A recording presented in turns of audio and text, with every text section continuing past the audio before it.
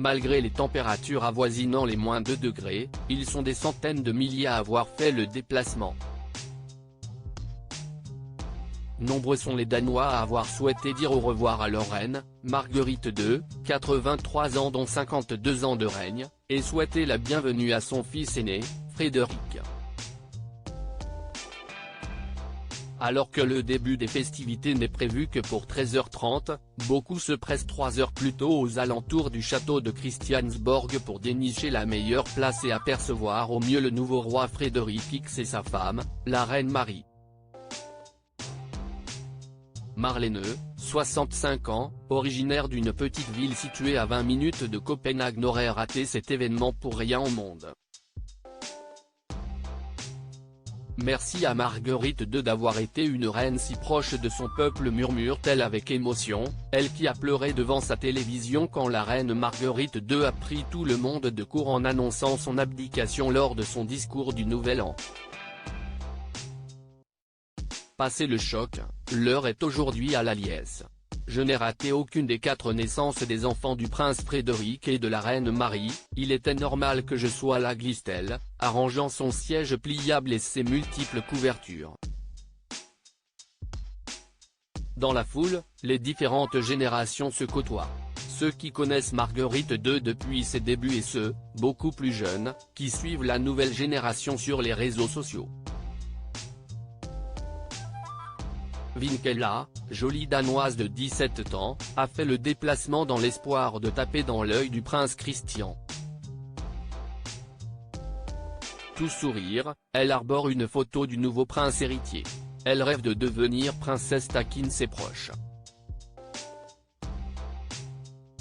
De nombreux enfants, couronnes en carton sur la tête, trépignent sur la place du château, bien emmitouflés dans leur combinaison de ski. À quelques mètres de là, à Amalienborg, la résidence royale, le couple héritier pour quelques minutes encore, s'active. Il faudra attendre 13h40, horaire un brin en retard sur le planning, pour les voir rejoindre le château de Christiansborg en voiture. Derrière les vitres, on les devine, malgré les reflets. La princesse a opté pour un sublime ensemble blanc immaculé. La foule applaudit chaleureusement à leur passage. Quelques secondes plus tard, un carrosse les suit. À son bord, la reine Marguerite II salue la foule de sa main gantée.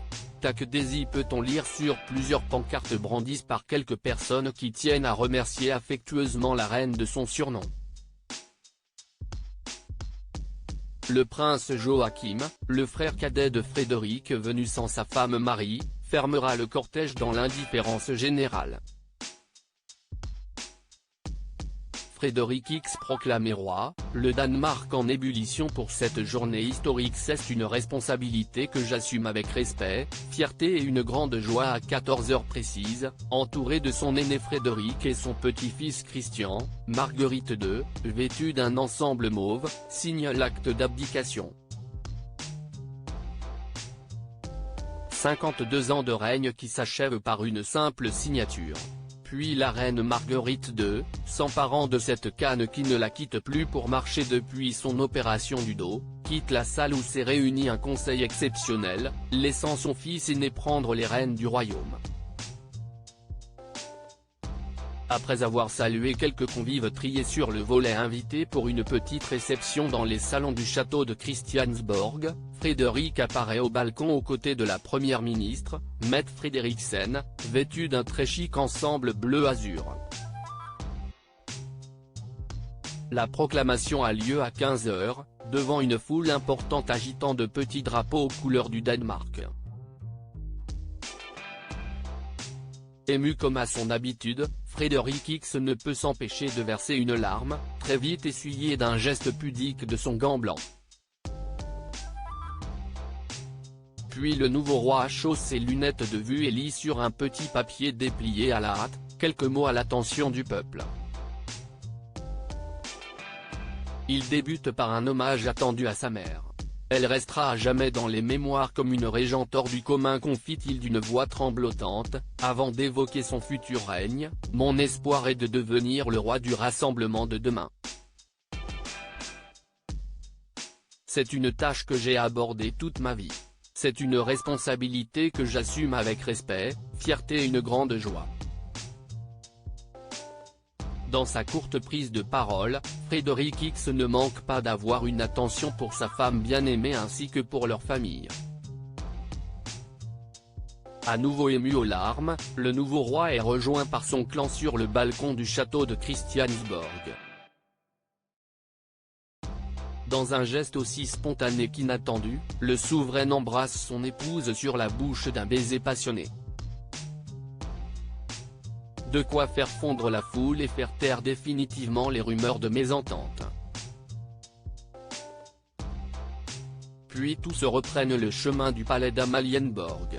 Cette fois, le couple royal fait son retour à bord d'un carrosse.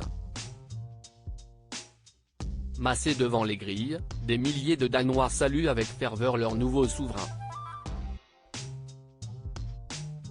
Avant de clôturer la journée, le couple apparaît à nouveau face au public rassemblé sous le balcon de leur résidence d'Amalienborg. Frédéric X, la reine Marie et leurs 4 enfants saluent longuement des Danois aussi surpris que conquis. Décontracté, le prince Christian est pris d'un fou rire quand la princesse Joséphine s'amuse à faire le show.